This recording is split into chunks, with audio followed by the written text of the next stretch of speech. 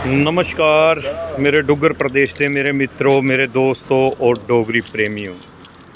मित्रों, कौन आखदा है कि पानी अपना रस्ता जड़ा है वो नहीं बनाई सकता। पानी अपना रस्ता अपने जज्बे दे कन्ने बनांदा है। तुस दिखा करदे हो कि एक चट्टान की चीरी है, एक बड़े मजबूत पत्थर की चीरी है। पानी ने क्या बेहतरीन तरीके का अपना रस्ता जड़ा है वो बनाए दा है। तुस दिखा करदे हो पेज मेरी जान डोगरी मेरी शान डोगरी दे राहें एक बेहतरीन वीडियो, जिस वीडियो दे विच पानी दा नज़ारा कि एक बड़ी मजबूत चट्टान और ये बगदा पानी जड़ा है हर इंसान की सिखांदा है कि जज्बा मजबूत होए तां मुश्किल कोई राह नहीं। हर मुश्किल जड़ी है वो सौखी हो जाती है। और इस मजबूत चट्टान दे विचा दा निकलदा एक पानी दा झरना एक बहुत ही मजबूत उदाहरण जज्बे दा दिया करता है कि खड़ी चट्टान तुस दिखा करते हो, बड़ी बड्डी एक पहाड़ी और बड़ी मजबूत चट्टान दे विचा दा एक निक्का जिहा पानी का झरना जड़ा है निकला करता है। और बड़ा मिठा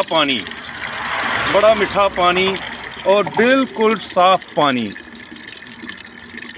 ये पानी की सीर कुत्थों का निकला करती है और किन्ना मशक्कत करी है ये पानी जड़ा है इस चट्टान थमां दा बाहर आवा करता है।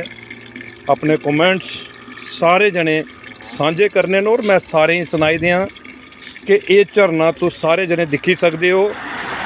नेशनल हाईवे दे उपर जिसलै अस गढ़ी थमां दा उधमपुर नेशनल हाईवे दे उपर जन्ने बिरमा पुल दे कोल नेशनल हाईवे मैं सारे ही सुनाई दें मल्हार पैलेस दे बिल्कुल अपोजिट ये झरना तुसें की दिखने की मिली सकता है। और जज्बे की एक बहुत ही मजबूत मिसाल, बहुत मजबूत उदाहरण। पत्थर का सीना चीरिए बाहर निकलदा एक बड़ा गै खूबसूरत झरना। हुण इन्हें अखरें दे कन्नै गै मिगी दियो इजाज़त। जय हिंद, जय डुग्गर, जय माँ बोली डोगरी। कमेंट्स दा इंतज़ार निरंतर। पेज मेरी जान डोगरी मेरी शान डोगरी की।